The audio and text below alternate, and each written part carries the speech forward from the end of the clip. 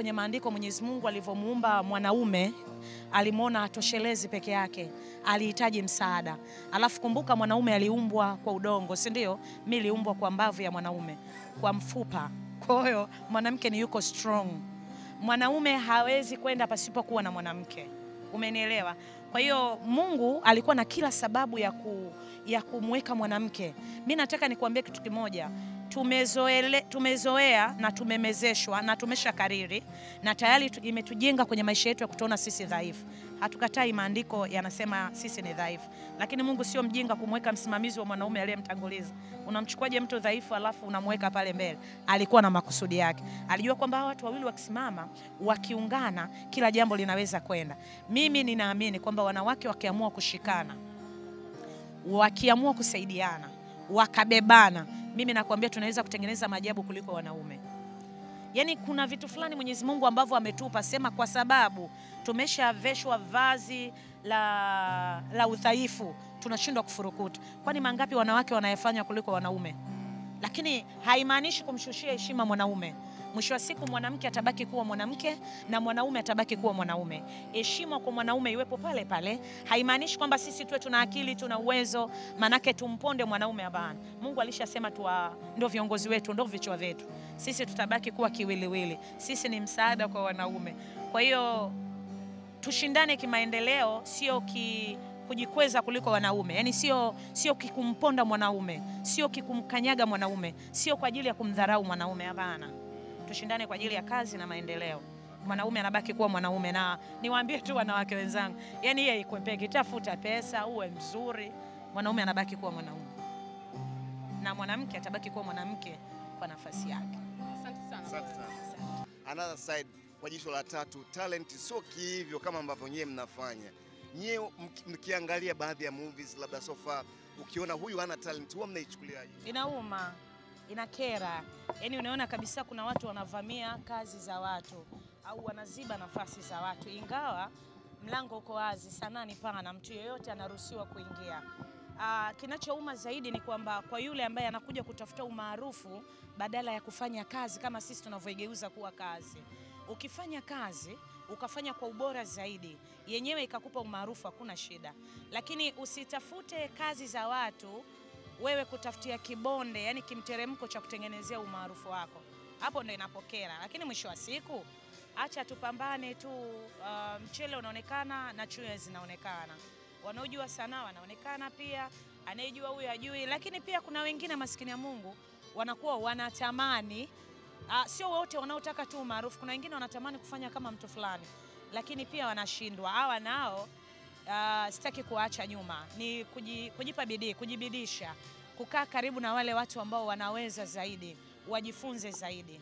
Shida ya kwamba wanaingia kwenye sanaa kutaka ushindani zaidi, lakini sio kujifunza kile ambacho mtu alikuwa anampenda anavyofanya au sanaa yenyewe inavyotaka. Lakini ukiingia kwa nidhamu na ukataka kujifunza zaidi, ukatumia waliotangulia zaidi ili kujifunza kile wanachokifanya, ili wewe ukifanye kwa upana zaidi na ujue zaidi, mimi nafikiri inawezekana. Kwa nyinyi hapo Malignant tulikuwa tunaona wengi wanakuja na kampuni zao. Nasikia yeye ni mkurugenzi wa kampuni fulani, anaandaa movie zake na nini. Kwa upande wako ikoje? Sikuwahi kuota wala sikuwahi kuwaza kwamba nitakuja kuwa producer. Uwezi amini mimi nilijiwekea tu kwamba mimi nitakuwa msanii. Sio lazima watu wote tu maproducer. Ingawa sasa hivi tamaa imeanza kunikamata. Naanza kutamani kwa sababu ninaona kuna utofauti kidogo.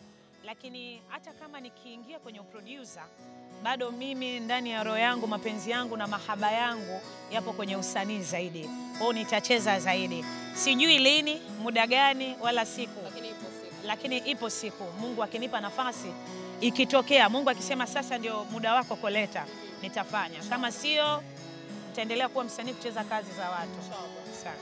Okay, Koleta, mimi nataka kusikia hili pia kama kuna baadhi ya mastaa wa kike ambao tayari nao wameitafuta wakajipata. Kuna namna wana ushirikiano wote labda kuwatafuteni nyie mastaa ambao tayari mlishakuwa kwenye game kwa muda mrefu, ama kuna zile style za kuvimbiana? Koleta zilikuwa zama zake labda kipindi kile, this time around labda pengine sisi ni zamu yetu. Kuna ushirikiano ama kuna zile kwamba bana mimi nishakuwa mkubwa, Koleta muda wako umeisha? Bahati nzuri au mbaya, muda wangu bado upo mpaka sasa hivi. Kama nilipumzika na nilikuwa niko dolo huko kipindi cha nyuma, lakini sasa hivi Koleta yuko moto yani, kwa sababu ninafanya kazi. Ukilala kwenye movie nitafanya kwenye dubbing. Ukilala kwenye dubbing nitafanya kwenye kazi zingine. Kuhusiana na watu kutafuta wakijipata, wako wachache wenye mioyo yao. Aidha wale uliowashika wakakumbuka fadhila zako wanaweza wakakurudia. Lakini kwa asilimia kubwa, asilimia 80 yani ya maisha ambayo tunaishi wasanii, unafiki ni mkubwa zaidi. Upendo wa kinafiki zaidi ndio unaotawala. Upendo wa kutoka ndani ya moyo sio mzuri.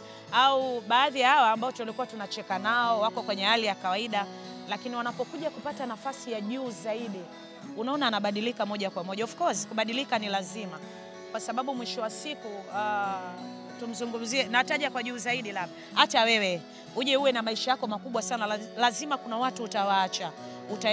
Utaenda kufatana na wale watu ambao unalingana nao, kwa sababu mwisho wa siku unahitaji upana zaidi wa kutanuka zaidi kimaendeleo. Kwa hiyo ukirudi kwa wale waliopo wa chini, nafikiri utabaki pale pale, ingawa wako wa chini wenye mawazo mazuri kuliko wale wa juu.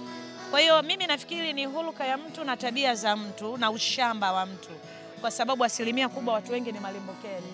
Unamwona kabisa alivyohangaika tangu mwanzo, alivyotoka akaja akajipata, anasahau alikotoka, the way alivyokuwa anahangaika, anawasahau wale aliokuwa anahangaika nao. Lakini kwa sababu yeye sasa hivi yuko juu, nafikiri alitafuta ile nafasi kwa nguvu zote, kwa kupania, umenielewa? Lakini kama Mwenyezi Mungu alimpa nafasi, akiamini kwamba yeye akisimama atakuja kuwashika mkono waliopo, hawezi kuonyesha hiyo roho. Lakini hii ipo Koleta, si ndio? Ipo sana tu, ipo sana tu, ipo sana tu, roho ngumu, roho mbaya. Ipo kujikweza, wachache ambao wana roho zao nzuri, wachache ambao wanajichanganya. Alafu let me tell you, hata hawa wenzetu ambao sasa hivi wako na nafasi kubwa, uwezi amini ndio wa kwanza kutulalia kwa sisi wasanii wenzao ambao tulihangaika nao. So unajua tumehangaika wote, tumepata shida. Unajua hawa maproducer unando walikuwa wanatugandamiza, umenielewa? Alafu wewe unakuja kuwa producer sasa hivi, unasimama wewe na wewe unanigandamiza. Wewe una huruma na mimi?